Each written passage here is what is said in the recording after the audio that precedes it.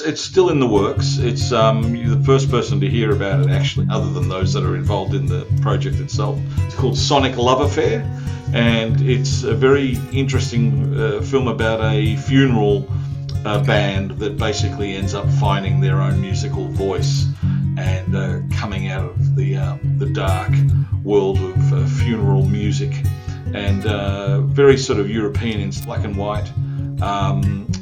Very sort of Jacques Tati, if you're familiar with any of his work. That's what I think people love about your films. They have this dark humour, so that's what we can rely on you for. I can't wait to see it. It sounds incredible. So looking at the Australian film industry in general, I mean, it's not easy for anyone, but you seem to have forged a brilliant career. Like, I don't know, for over 10 years now I've heard of your stuff being put out there. So we'd love to hear a bit more about how you've been making it work. You've got a studio that you are working on. I think you're there at the moment. What's the plan with that? To answer your first question, it's just blind, stubborn persistence is the answer.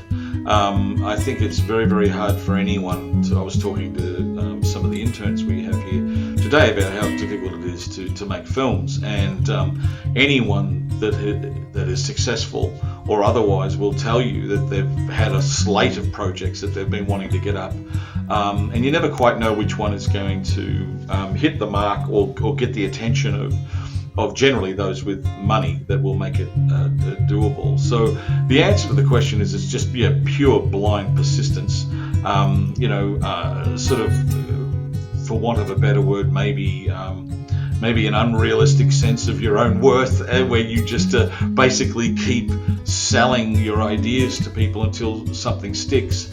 But also in my case, I'm always finding different ways to finance my work, and I do like carving things up a little bit. I enjoy acting from time to time, really, because I think by being an actor I get to learn how to direct better, I hope. By being in an actor's shoes, hopefully it helps when I come to working with actors. I enjoy it. I mean, I've got an ego, so I enjoy acting. And I enjoy writing, producing. Music-wise, I think music is a very important part of filmmaking. So I enjoy doing that. But it's having your fingers in a few different pies. In terms of Dream Screen Australia, I had no intention of building a film studio. I was in fact ready to make a film with Guy Pearce. We're about to go to Bulgaria to shoot my next film when COVID hit. And suddenly we were all grounded, and I just looked into the magic ball and thought, I don't think any of us are going to be directing for a long while, and if we do, it'll all be centralised around our home. And I thought, well, how am I going to make a film set in New York, in Melbourne? I thought, well, the only way I can do it is with this technology, this virtual production. So, and no one was doing it at the time, so I thought, well, what if I set it up? Why not? What a better way to set up a studio like this, but to have it actually being made by a filmmaker. So we spent 2020 getting it ready.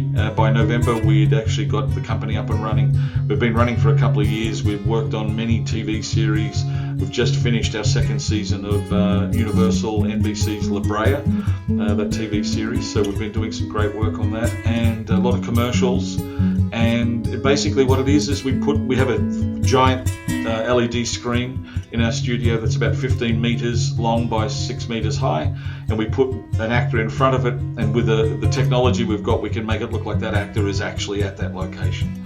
So it's great new sort of it's how the Mandalorian was shot. A lot of productions are using this technology now.